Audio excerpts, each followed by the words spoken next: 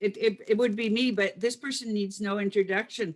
So today we bring to the forefront our illustrious Doc, and I think I saw somebody from Togo online briefly. So Doc, I'll let you do your own introduction. Okay, well, how do I get out? How do I, okay, share screen. Yes. Yep. And that, how do I bring this up? I can just hit share. Well, no, there's one more step. What's there that? You go. You got it. Okay. And I'm kind of blocking myself here. Trying to do all this stuff and I'm new at this. Okay, anyway, this is a update on our project as well as some ideas of what's coming up. So do I get this thing to go? There we go. Okay, giving you an idea as to what's going on in Togo, because we have been there now for about 4 years. Well, the road is the same. The first picture was the one that you saw years ago from when my first trip was there. Going down the highway, going through the exit ramp, and then taking a turn. The next one on the other side is the same road, but from a lower elevation. People are still using the fields. And the road crews in Zagbeji are still non-existent. Now, it's still raining too. So we've got all of the things that we've had kind of the same way as they were. But the main road that splits the village lies on each side of it, has changed. Where it used to be dirt and people would drive all over the place wherever they kind of wanted. Now it's paved with a median and street lights. There's economic activity and buildings are getting finished, as you can see. There's also a convenience store, gas station that's being added, and new shops are being added to the boulevard amidst all the mom and pop shops that are there. And the Nigerian community has found out that the village properties are a lot cheaper than the capital, which is just a few kilometers away. And they're putting up 3-story homes with things like 7 bedrooms, 8 bathrooms, high masonry walls, steel gates, gold lions, you know, all of this is going on next to a building that's 3 rooms and a cement. So you might say Zagbeji is somewhat being gentrified. Once you get past the village, the median disappears, the streetlights go away, but the road continues to and through Klobatam, which is about 2 kilometers away. And Klobatam, if you are not familiar with it, is the village that we're waiting for the global grant to kick in so we can do some work over there. Last year, I met with the king and his family, and we had a picture with them and the Dignity Toilet crews. This year, I met with the king, his wife, and some of the senior tribal members. Now, last year, I discovered that the king likes rum. So this year, he got another bottle of rum and 2 shot glasses from Ocean Shores. His eldest son, Tao, the head prince, got a soccer ball and pump for the kids. Just like Zagbeji, the road that goes through Klobatam, in where it used to be and where it is now, completely different, because now there is a suburb that's being built beyond Klobatam. And so you've got commuters and trucks and supplies and all that going up and down the road all day long. A lot of them are going through the village and not even realize that they're going through the village because there's no definitive mark there for it. But we're still needed in the village of Klobatam, as well as in Zagbeji, as well as in other places around there. Now, as a club, we've always done things differently, and we still are. We have a project that is simpler, and it's considered a model for the ones that are coming up, and we are completely different in a lot of ways. Our model, for example, works with the village, not for the village. We've never had a toilet fail. We hire local workers, we train them, we pay them a living wage. We do not give a handout, we give a hand up. And we've totally refined what is considered grassroots, because rather than working with the people, or rather than working with the village, we're actually working with the families. And we're bringing them dignity, we're giving them cleaner water, we're giving them better health. And this is something, when we build a dignity toilet, it's something that's going to last for generations. And that brings us to part 2. We are about to go viral with an idea. This is acres of diamonds. It doesn't look like much, does it? Well, you might just not be seeing what's really there. The story, Acres of Diamonds, was originally told about 6,000 times by Russell Conwell. And he was a captain in the Civil War. He was a Baptist minister. When he was a newspaper publisher, he was approached by several young men who couldn't afford to go to college, but they asked him if he would teach them. He said, sure. And he realized soon after that there was a strong need for an educational facility that people could afford, not just for the wealthy anymore. And so he founded Temple University, and he did it by giving 6,000 speeches, over 6,000 speeches, about this story, Acres of Diamonds. And over the years, things have changed a little bit as far as what his story was. But according to his writings that he made back when he was traveling in Asia in the toward the late 1800s, around 1865, 1870, he ran across the story of Ali Hafad, who was a landowner and very, very popular, but also very wealthy, had a lot of stuff, had no needs, and considered himself quite good. And then one day, a cleric told him about people finding acres of diamonds, literally diamonds all over the ground, and becoming immensely rich beyond any wild thoughts. And all of a sudden, he felt like he didn't have enough. And it bothered him so much that he took everything that he wanted and he put it on to a mule, and he took all of his possessions, sold them off, and went off to look for his acres of diamonds, and actually ended up going through Europe looking. And after several years, he finding nothing, he committed suicide. Meanwhile, the guy who bought his land happened to find a diamond, and then found others. And the area that Hafad walked away from actually became the largest diamond mine in the Indus Valley in the 1400s. There's another story that also is attributed to Conwell about Daniel Jacobs, who was a poor boar farmer down in the Cape of Africa. And he had a son, Erasmus. And Erasmus used to like to go and pick up little pebbles from the stream. And he found a really interesting looking one. Jacob's wife thought it was pretty interesting as well, and she took it to a shopkeeper. She said, "What is this?" He said, "I don't know, but I'll find out." He said, "By the way, it's pretty, you know, if you'd like, I'll buy it from you." And she said, "No, no, no, it's just a little rock. Go ahead and keep it." Well, it ended up going from that shopkeeper to another shopkeeper to a geologist, and finally ended up that pebble sold to the governor of that area for 500 pounds. And if you can imagine the value of 500 pounds back in the 1800s. Now I know what you're saying. Okay, you got Hafad, you got Jacobs, that's ancient history. Well, maybe not. You see, the idea with acres of diamonds is that no matter where you are, there is enough around you for an opportunity to be successful if you only know what you're looking at. Yeah. And then look at what we're looking at. Yeah, we're in dirt poor sub-Saharan Africa. And what riches could there possibly be there? I mean, we're just there building toilets. Well, one of the things about the toilets, you've seen them like this, but what you may not have noticed is that on the other side, typically, we have pipes. And what we do with a Dignity toilet is we separate the solids from the liquids. That's what keeps the odor from happening. The liquids go to the outside. And over in Africa, this is a jerry can. They are ubiquitous. They use them for everything. And they also cut them into pieces and use them as buckets. Most families put the buckets right outside underneath the pipes as a way of catching the urine when it comes out. Pardon me.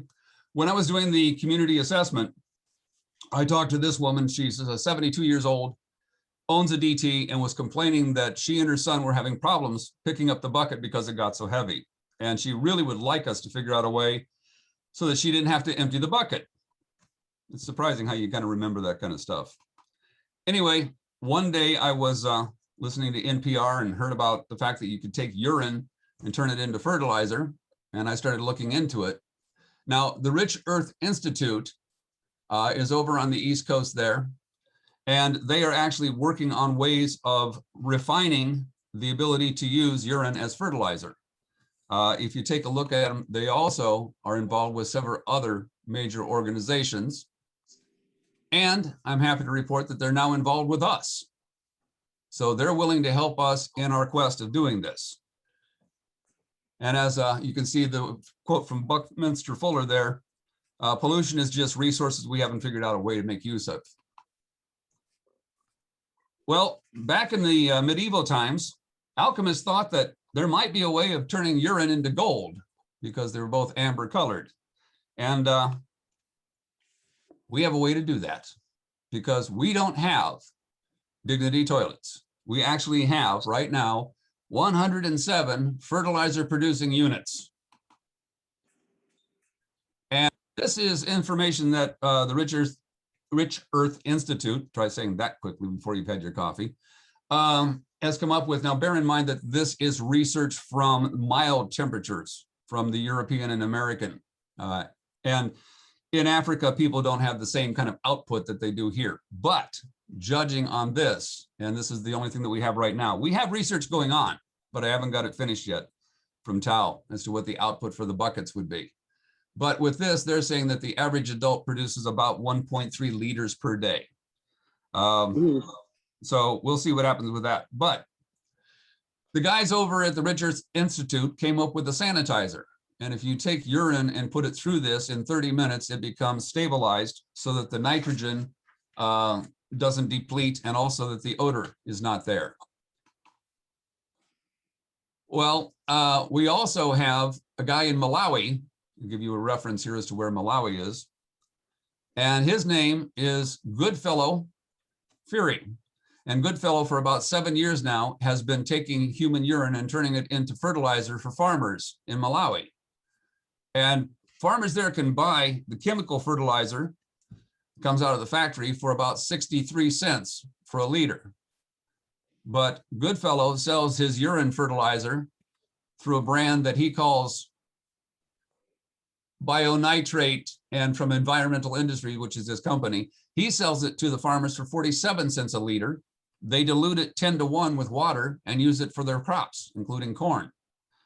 And Goodfellow has said that he will go ahead and shut down his production for 3 days and take 2 of our people through it and teach them everything that they need to know to be able to make one of these kind of plants.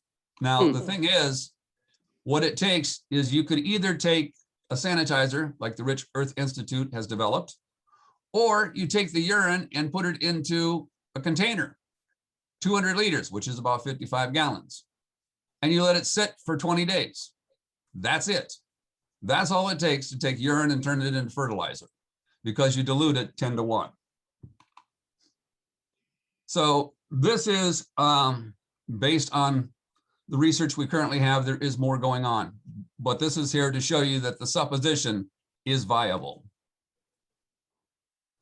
Consider this. We have 4 people right now on a crew. We have 2 crews that are currently working. With the way that we're expanding our opportunities for building, we're figuring that each crew is going to be able to build 52 toilets per year. So we have the 2 crews, that'll give us 104. And then you can see here that I just chose 38 cents as just a figure. It could go up, it could go down, but going with the idea of 38 cents per liter, you can see that, hang on just a second, because I'm actually, there we go. I had this covering up my screen. If we have 1,117 liters at 38 cents, we would make $424, which is just about the cost of a dignity toilet. So you figure that the average family is 6 to 8 people. Most of the time, the guys are not going to go into the toilet. So consider that we have 4 adults per household. And that's just, again, we're taking things and trying to figure out stuff. But if we have 52 toilets per year per crew, and we're doing 104 for the 2 crews, in 3 years, we should have 312 toilets. At 312 toilets, if you can get 4 liters a day, you're at 1,248 liters of fertilizer a day. That's the equivalent of $474, which means that you are producing every day enough fertilizer to build another toilet. Another way of looking at it is, by the time we get to this point of having 312 toilets in production, we will have enough money coming in from the fertilizer, if this all works out, to be building 1 toilet a day, when we have crews that can only produce 52 a year or 1 a week. going along with that idea, if you took 312 toilets and when you reached that point, you'd have enough money coming in to be able to hire at least one more crew of 4 people. So by the time you get to year 3, you bring on another crew and you start building. By the time you get another 3 years into it, the first 2 crews have built a total of 624 toilets. And those toilets are producing urine every single day. The third crew by this time has produced 156 toilets. So by year 6, you'll have made 780 toilets. Take that another 3 years and we're at 1,400. Take that another 3 years, we're at over 2,000. And by the time you do this, and the multiplying, just the compounding is incredible, because at this, by year 15, we could have over 3,000 toilets. And take a look also, you'd have 2, 3, 4, 5, 6 crews producing. Even if you took it to a place like Malawi and you only started with 1 crew, again, the compounding is right there. And at this point, by the way, when we get to 312 toilets, we no longer need grants. We no longer need anything, because there's going to be enough money coming in from the second project, which is the fertilizer, to be able to support the first one, which is the toilets. And we're going to figure out exactly how this works. It may take 3 years, it may take 2 years, it may take 5 years, but the point is, by combining the Dignity toilets with the fertilizer, we're making money. And by making money, we can literally take this project and plant it anywhere and know that by following the model at a certain point, it becomes financially viable. It could go on by itself. We currently have interest from Ghana. We currently have interest from a group in Rwanda that has 300 pygmy families that need toilets. And of course, we have the folks in Malawi. And we made an agreement with Goodfellow that if he will turn around and teach us how to turn fertilizer into urine into fertilizer, we will teach him how to build Dignity toilets, which his group needs. And that's it, folks. We have the ability to take the Dignity toilet project that no one has ever seen before, tie it with another project, and turn around and change the world. Whoa. That's it for me. Awesome, Doc. I do have one question. Yeah. What is the possibility of, these Dignity toilets, the families and everything, when they find out that, the money's being made and everything, what's the possibility of them, saying, it's their urine, so maybe they sell it to us. But I mean, you understand what I'm saying? Right. Well, Goodfellow has actually, the way that he gets his urine is that he has urinals set up throughout the community, and people just go in and use them, and then he turns around and harvests it. But my thought is, because we're going to get to a point where we're making more money than we need. Okay. And we can either go to people and say, yeah, you can sell it to us. My thought was we go back to the community, because this is all in the community where we are. We go back to them and say to people, tell you what, we're making more money than we need with fertilizer, so we're going to pay for the children's schooling. You no longer have to pay for their schools. You no longer have to pay for their athletic equipment.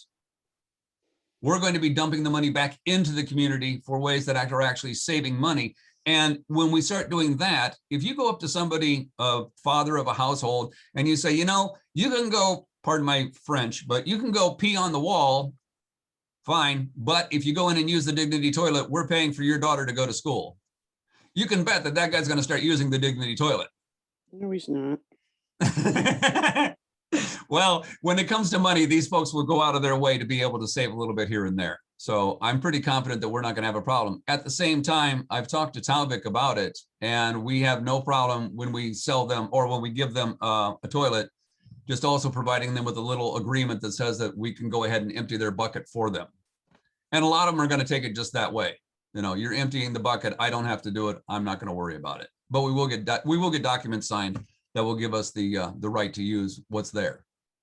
But would this be like an extra job for our crews that are building the Dignity toilets, where they go around and they just, take the jerry cans and fill up a 55-gallon drum and let it set for 10 days or whatever. And Yeah, my thought is, I mean, we have an Apsonic, which is the three-wheeled utility vehicle, and we just put a tank on that. We get somebody who drives around, because the nice thing is also most of our stuff is within a fairly small area. I mean, we have 2 villages and they're, about 3 kilometers apart. So you just drive through and you go and you pick up and you just dump it into the tank, bring it back, pump it into a holding tank, and that's it. And then you take the tank that we have in the Apsonic out, and go use it for whatever you need for hauling. But yeah. So the beauty of all this is that Doc is making contacts with people in the various villages and building an infrastructure, a network to bring this about, because we want it to be self-sustaining, not a Nor'wester project as it is now, but a village project with economic fallout or cascading benefits throughout the communities. And so those diamonds are actually going to raise the livelihood of the families that have them. Yeah.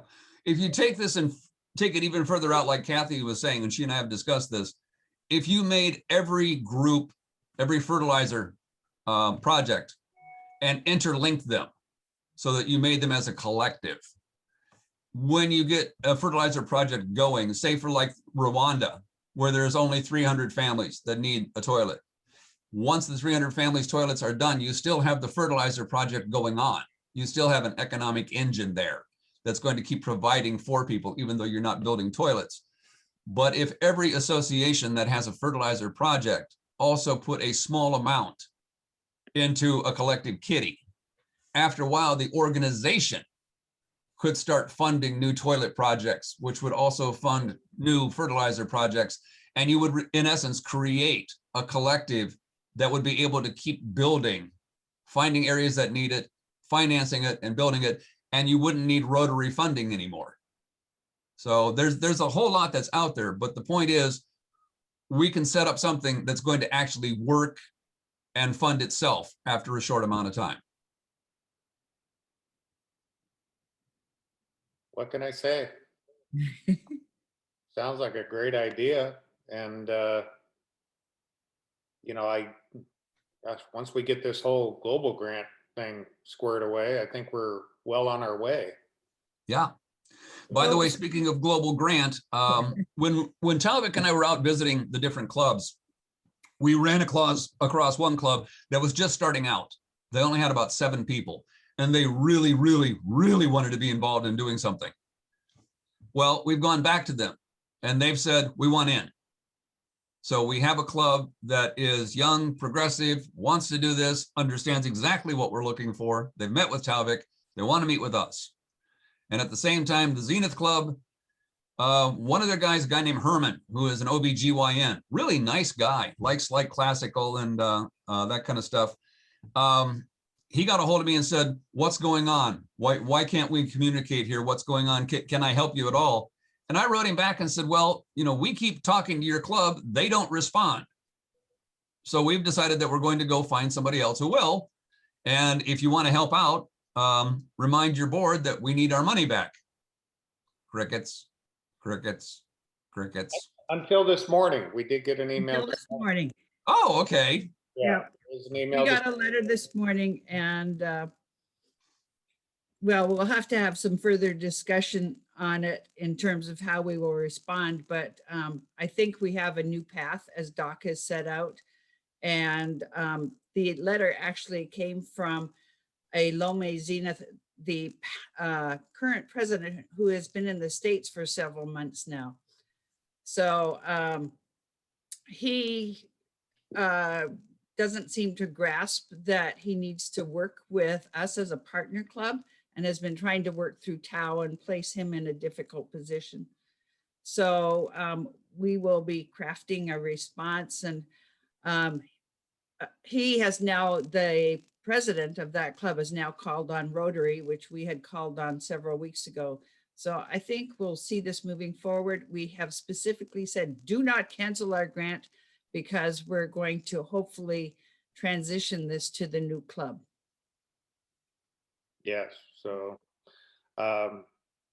that's forthcoming. Kathy and Doc and I will work on that, and Howard and may have to get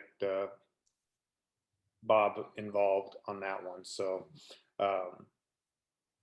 any other questions for Doc or anything?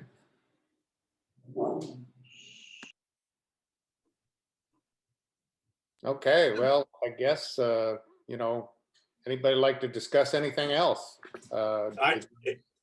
Doc, just incredible stuff. I know this has been your baby for a long time, but it's just absolutely amazing what you're doing, huh? Well, thank Absolutely you. amazing. Thank you. I appreciate that. For sure. Really agree. Yeah.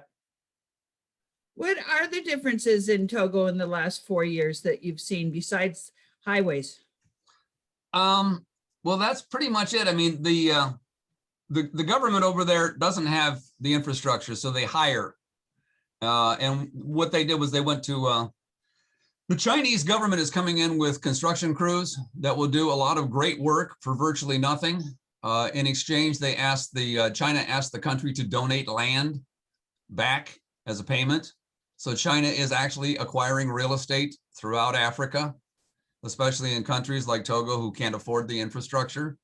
And then the Chinese are coming in and putting in the infrastructure. The road that they have looks very pretty. It's not graded correctly. And so whenever it rains, they have big puddles everywhere. But there's infrastructure going on, and people are developing it further because they're finding out that they can go into the outlying areas and not have to pay as much as they do in the city. But that's pretty much it. The villages are still the villages, and people are still in many ways hurting. I don't know what's going on with Yao. He was in the hospital. I think that they're getting COVID, but I'm not sure. So while there are parts of Togo, you have to remember that in 2015, the Togolese president said that all the Togolese residents would have toilets within the next 3 years. Yeah, right.